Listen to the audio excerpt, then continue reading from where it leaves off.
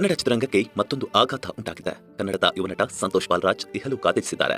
ಕರಿಯ cinema ನಿರ್ಮಾಪಕ ಆನೇಕಲ್ ಬಾಲರಾಜ್ ಅವರ ಪುತ್ರ ನಟ ಸಂತೋಷ್ ಬಾಲರಾಜ್ ಚಿಕ್ಕ ವಯಸ್ಸಿನಲ್ಲಿ ಜೀವ ಬಿಟ್ಟಿದ್ದು ಅಭಿಮಾನಿಗಳಿಗೆ ಬರಸಿಡಿಲೆ ಬಡಿದಂತಾಗಿದೆ. ಕಳೆದ ವರ್ಷವಷ್ಟೇ ತಂದೆ ಕಳೆದುಕೊಂಡಿದ್ದ ಕುಟುಂಬ ಈಗ ಕಣ್ಣೀರಲ್ಲಿ ಮುಳುಗಿದ್ದು ಎಲ್ಲರ ಮನ ಕಲಗುವಂತಿದೆ.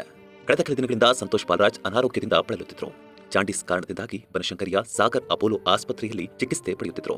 ಅವರ ಆರೋಗ್ಯ ಪರಿಸ್ಥಿತಿ ಗಂಭೀರವಾಗಿದ್ದರಿಂದ ತೀವ್ರ ನಿಗಾ ಘಟಕದಲ್ಲಿಟ್ಟು ಚಿಕಿತ್ಸೆ ನೀಡಲಾಗ್ತಿತ್ತು.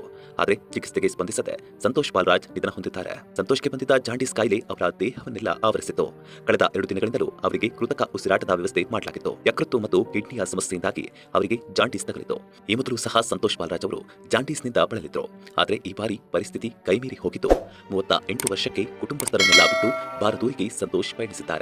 ಸಂತೋಷ್ ಅವರ ತಂದೆ ದರ್ಶನ್ ಅಭಿನಯದ ಕರಿಯ ಸಿನಿಮಾದ ನಿರ್ಮಾಪಕ ಆನೇಕಲ್ ಬಾಲರಾಜ್ ಅವರು ಕಳೆದ ವರ್ಷವಷ್ಟೇ ನಿಧನ ಹೊಂದಿದ್ರು. ಆ ನೋವಿನ ನಡುವೆಯೂ ಮದುವೆ ಆಗಲು ಸಂತೋಷ್ ಸಿದ್ಧತೆಯನ್ನು ಮಾಡಿಕೊಂಡಿದ್ರು. ಅಷ್ಟರಲ್ಲೇ ಜಾಂಡೀಸ್ ಕಾಯಿಲೆ ಸಂತೋಷ್ರ ಸಂತೋಷವನ್ನೇ ಕಸಿದುಕೊಂಡಿದೆ. ಇಡೀ ಕುಟುಂಬಕ್ಕೆ ಆಧಾರವಾಗಿದ್ದ ಸಂತೋಷನ್ನ ಕಳೆದುಕೊಂಡು ಇದ್ದೊಬ್ಬ ಅಕ್ಕ ಮತ್ತು ತಾಯಿ ಮಮ್ಮಲ ಮಲಗುವಂತಾಗಿದೆ.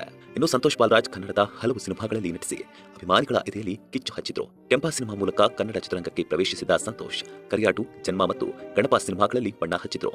ಸಂತೋಷ್ ನಟನೆಯ ಬರ್ಕ್ಲಿ ಮತ್ತು ಸತ್ಯಂ ಸಿನಿಮಾಗಳು ಬಿಡುಗಡೆ ಆಗಬೇಕಿವೆ. ಆದರೆ ಇಷ್ಟರಲ್ಲೇ ಎಲ್ಲವನ್ನ ಬಿಟ್ಟು ಸಂತೋಷ್ ಸದ್ದಿಲ್ಲದೆ ಕಣ್ಮುಚ್ಚಿದ್ದು ಇಡೀ ಚಿತ್ರರಂಗವನ್ನ ಕಣ್ಣೀರಿನಲ್ಲಿ ಮುಳುಗಿಸಿದೆ. ಸದ್ಯ ಸಂತೋಷ್ ಬಾಲರಾಜ್ ಅವರು ಚಿಕ್ಕ ವಯಸ್ಸಿನಲ್ಲೇ ಇಹಲು ಕಾದಿರಿಸಿರೋದು ಇಡೀ ಕುಟುಂಬ ಜೀವನ ಪರ್ಯಂತ ಕೊರಗುವಂತಾಗಿದೆ.